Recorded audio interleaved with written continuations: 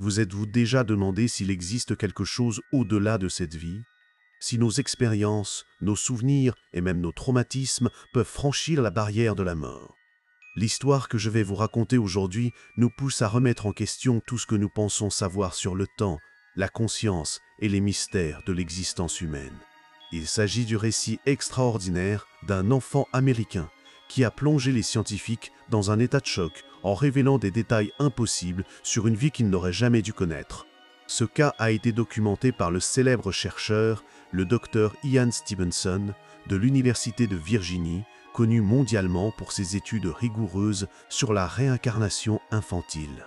Tommy Hibert n'avait que 4 ans lorsqu'il a commencé à manifester des connaissances défiant toute explication logique. Il ne s'agissait pas d'une simple curiosité enfantine pour les avions, mais de quelque chose de bien plus profond et de plus troublant pour toute sa famille. Ses parents, Bernice et Robert Hibert, vivaient sous le soleil de Californie et menaient une vie tout à fait normale, jusqu'à ce qu'ils remarquent quelque chose d'extraordinaire et d'inexplicable dans le comportement de leur jeune fils. Tommy manifestait un intérêt obsessionnel pour les avions d'époque de la Seconde Guerre mondiale, plus précisément pour les chasseurs japonais Zero, démontrant des connaissances techniques qu'aucun enfant ne devrait posséder. Mais ce qui a réellement effrayé et alerté la famille, c'est de découvrir que le garçon possédait des connaissances techniques extrêmement détaillées sur le pilotage d'avion qu'aucun enfant de 4 ans ne devrait jamais avoir. Comment un si petit enfant pouvait-il savoir comment manipuler des commandes d'aviation complexes? D'où venaient ces informations précises sur le combat aérien? La découverte qui allait changer à jamais la vie de la famille Hibert ne faisait que commencer, et les révélations allaient devenir de plus en plus surprenantes et scientifiquement inexplicables. C'est un voyage au cœur des plus grands mystères de la conscience humaine.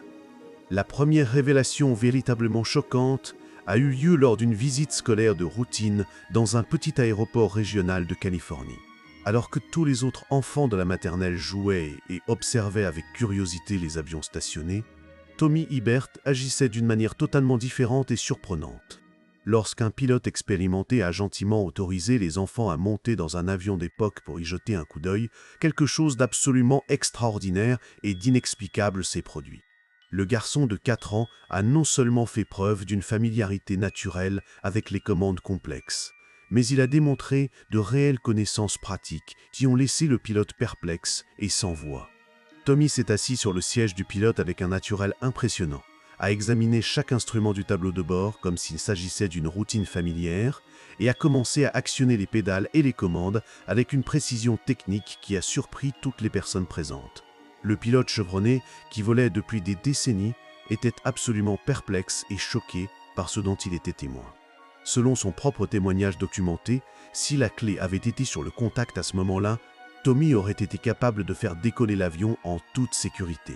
Il ne s'agissait pas simplement du comportement curieux d'un enfant intéressé par l'aviation, mais de la démonstration claire de compétences pratiques acquises grâce à une expérience réelle et à une formation spécialisée.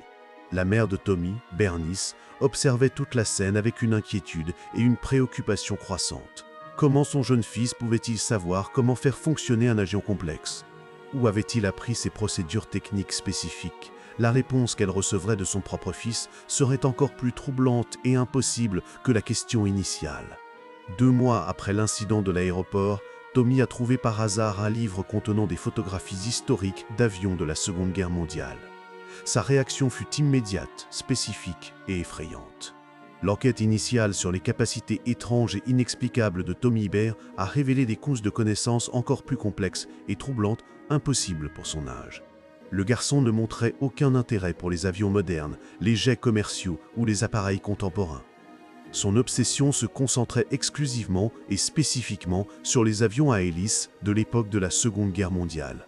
Lorsqu'il fut finalement interrogé directement par sa mère inquiète sur la façon dont il en savait tant sur ces sujets techniques complexes, Tommy répondit naturellement et directement, comme si la réponse était absolument évidente. Il commença à raconter calmement 2 vies antérieures complètement distinctes, fournissant des détails spécifiques et historiquement précis qui correspondaient parfaitement aux capacités extraordinaires qu'il avait démontrées à l'aéroport. La première vie que Tommy a décrite était celle d'un pilote militaire américain pendant la Seconde Guerre mondiale, servant sur le théâtre d'opérations du Pacifique.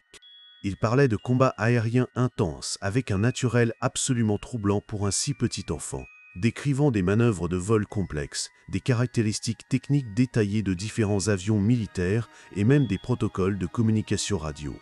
Le garçon mentionnait des noms spécifiques de lieux reculés du Pacifique et de personnes qu'il avait connues pendant son service militaire, fournissant des informations avec une précision historique qu'il serait totalement impossible pour quelqu'un de son âge de connaître par des moyens conventionnels. La seconde vie était encore plus spécifique et détaillée. Tommy affirmait avoir été un marin spécialisé possédant également des connaissances avancées sur l'aviation navale et les opérations sur porte-avions. Les détails techniques qu'il a fournis sur les protocoles militaires rigoureux, les hiérarchies navales complexes et les opérations de guerre spécifiques étaient historiquement exacts et techniquement corrects sous tous les aspects vérifiables. Bernie Sibert a commencé à documenter soigneusement toutes les déclarations extraordinaires de son fils. Le célèbre docteur Ian Stevenson, chef respecté du département de psychiatrie de la prestigieuse Université de Virginie, avait consacré des décennies entières de sa carrière universitaire à l'étude scientifique rigoureuse de cas extraordinaires comme celui de Tommy Hibert. Stevenson n'était pas un adepte mystique de la réincarnation ni un chercheur partial. C'était un scientifique extrêmement rigoureux et méthodologique qui appliquait des critères d'investigation précis et un scepticisme sain pour examiner les affirmations extraordinaires concernant les souvenirs de vie antérieure. Son intérêt scientifique pour le cas spécifique de Tommy est né précisément de la nature extrêmement spécifique et potentiellement vérifiable des informations techniques que le garçon fournissait avec un naturel impressionnant. Lorsque Stevenson a officiellement entamé son enquête détaillée, il a appliqué exactement les mêmes critères scientifiques rigoureux et la même méthodologie systématique qu'il utilisait systématiquement dans toutes ses études universitaires sur la réincarnation. La première étape de l'enquête consistait à vérifier méticuleusement si Tommy avait eu accès par des moyens normaux ou conventionnels aux informations techniques complexes qu'il démontrait connaître avec une précision surprenante.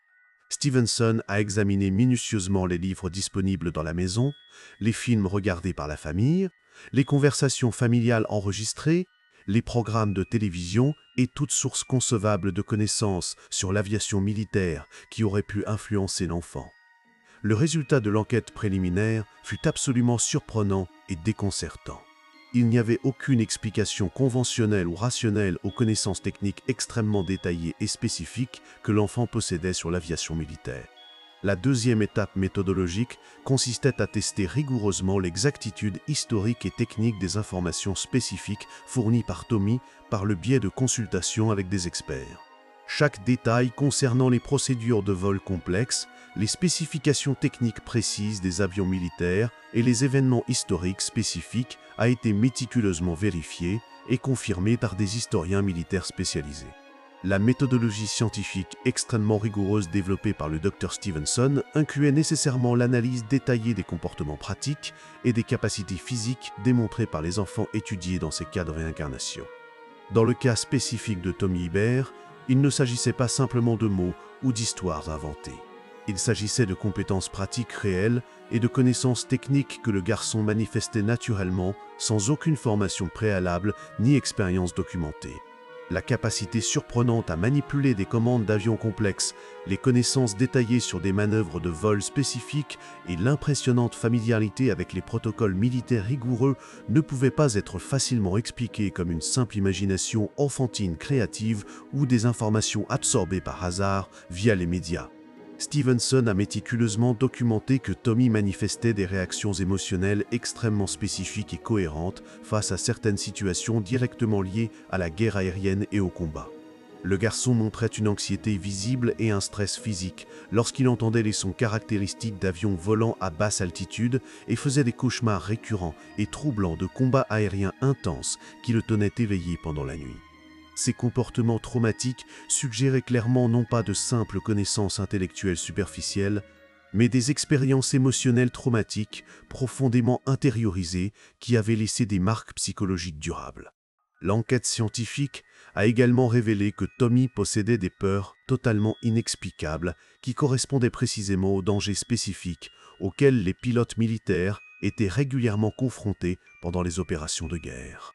Le garçon a manifesté une aversion spécifique et irrationnelle pour certaines situations impliquant la hauteur et a eu des réactions physiques intenses de stress et de panique en voyant des images documentaires d'avions abattus au combat. Pour le Dr Stevenson, ces éléments comportementaux et émotionnels constituaient des preuves scientifiques cruciales et fondamentales.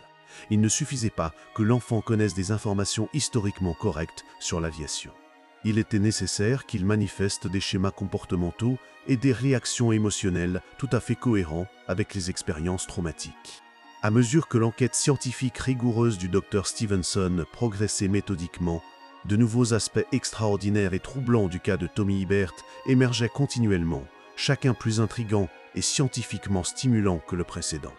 Le garçon de 4 ans a commencé à fournir des informations extrêmement spécifiques et détaillées sur des bases aériennes militaires isolées, des compagnons de guerre avec leur nom complet, et même des détails graphiquement précis sur sa mort violente dans sa vie précédente de pilote de combat. Tommy a décrit avec une précision géographique impressionnante l'emplacement exact de terrains d'aviation stratégiques sur le théâtre d'opérations du Pacifique, mentionnant des noms spécifiques d'îles reculées qu'un enfant californien n'aurait jamais dû connaître ou entendre. Lorsqu'il a été interrogé directement sur la façon dont il était mort dans sa vie précédente, Tommy a répondu avec une tranquillité absolument troublante et déconcertante que son avion de combat avait été abattu lors d'une intense bataille aérienne au-dessus de l'océan Pacifique.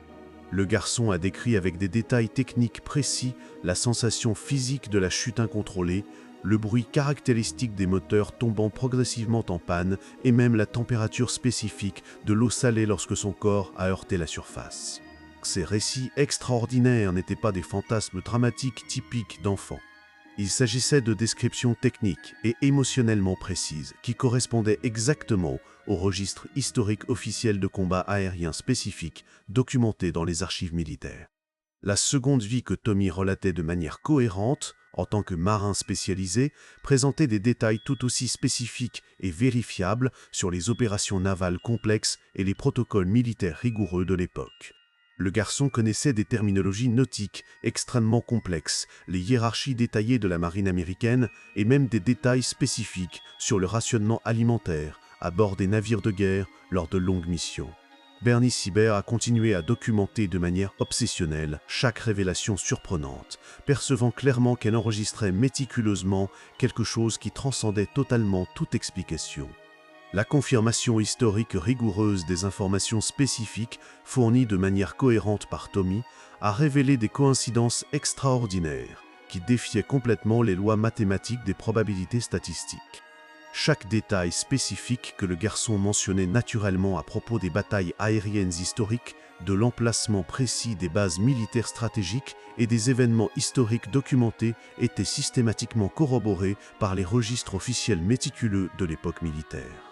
Le Dr Stevenson a progressivement découvert que Tommy connaissait non seulement des faits généraux largement publiés sur la Seconde Guerre mondiale, mais qu'il possédait des informations extrêmement spécifiques qui n'apparaissaient que dans des rapports militaires officiels classifiés restés rigoureusement secrets pendant des décennies complètes après la fin du conflit mondial.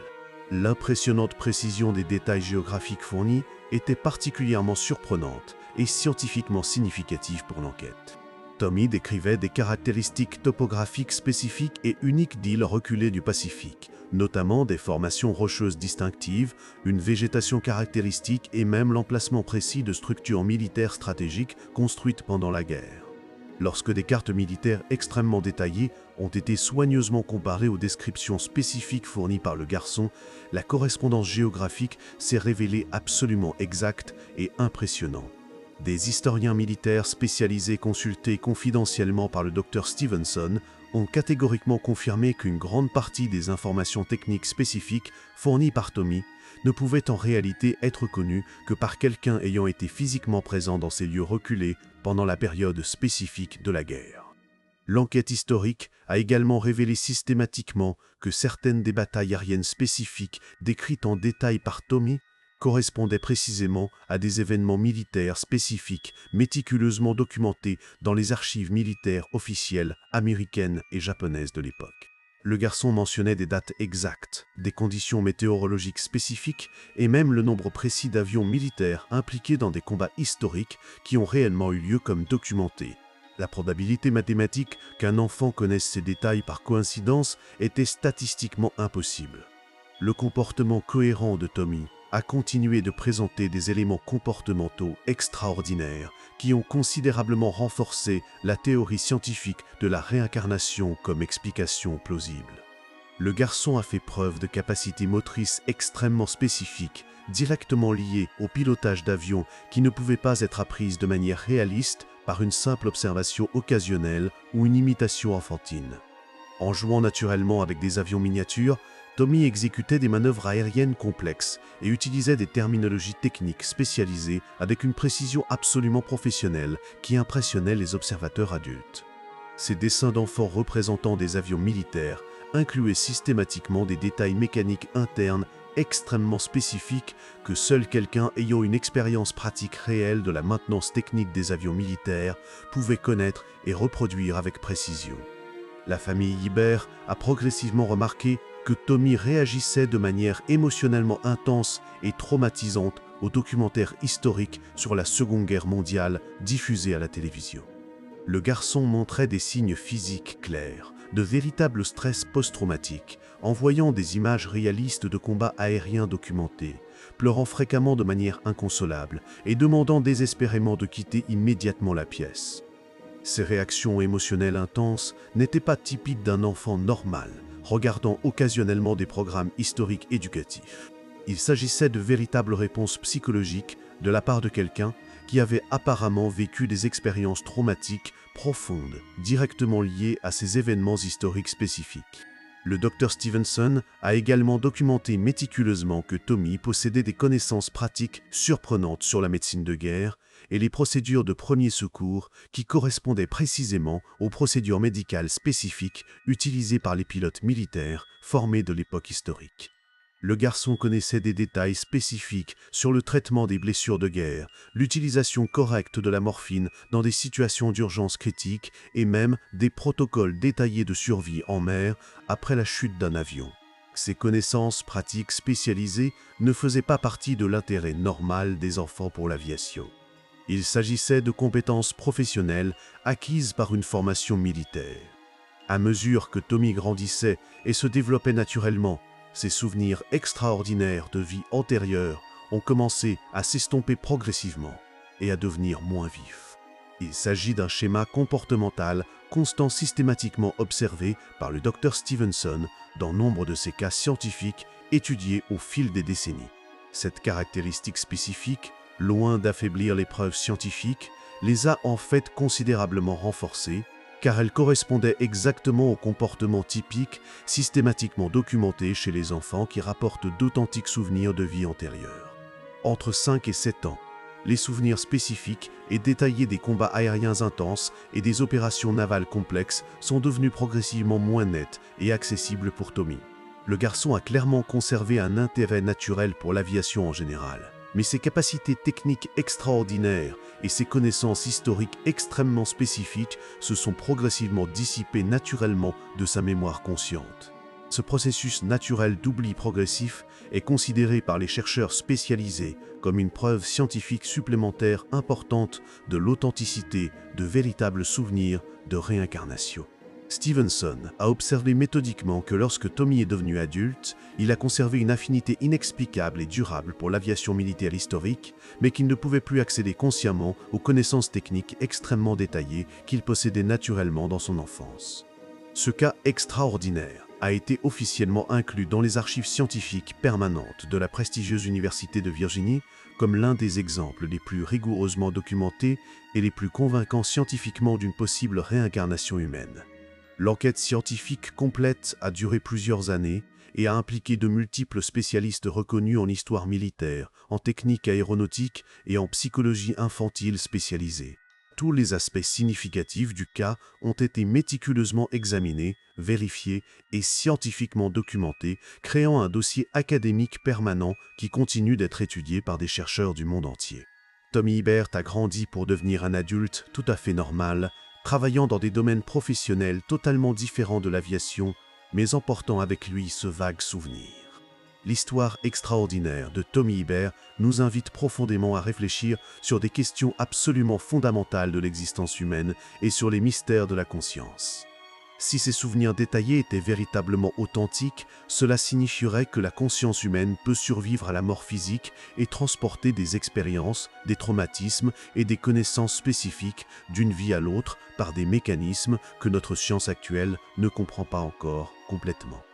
La rigueur scientifique impressionnante appliquée méthodiquement par le célèbre Dr Ian Stevenson au cas de Tommy offre une base solide et respectable pour envisager sérieusement ces possibilités extraordinaires sans tomber dans un mysticisme vide ou une superstition infondée.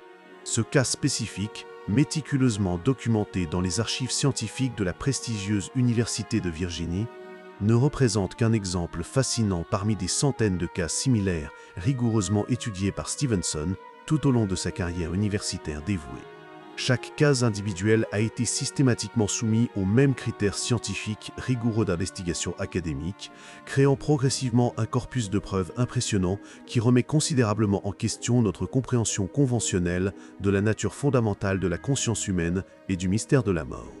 L'histoire émouvante de Tommy nous enseigne qu'il peut y avoir bien plus de mystère et de profondeur dans l'expérience humaine que ce que notre science matérialiste actuelle ne peut expliquer de manière satisfaisante. Peut-être que la mort n'est pas réellement la fin définitive et absolue que nous supposons culturellement, mais simplement une transition mystérieuse vers une autre forme d'existence consciente. Les expériences documentées de Tommy suggèrent scientifiquement que les traumatismes profonds, les capacités spécifiques et même les connaissances techniques détaillées peuvent franchir cette barrière mystérieuse qui sépare une vie de la suivante. Pour tous ceux qui cherchent sincèrement des réponses sur le sens profond de l'existence humaine, des cas rigoureusement documentés comme celui-ci offrent une fenêtre fascinante sur des possibilités qui transcendent notre compréhension actuelle de la réalité. Les enquêtes pionnières du Dr Stevenson continuent d'inspirer des chercheurs dévoués dans le monde entier à explorer ces mystères avec rigueur scientifique et un esprit véritablement ouvert. S'agissant de cette histoire extraordinaire et scientifiquement fascinante, il reste encore beaucoup à découvrir dans le monde des études sur la réincarnation.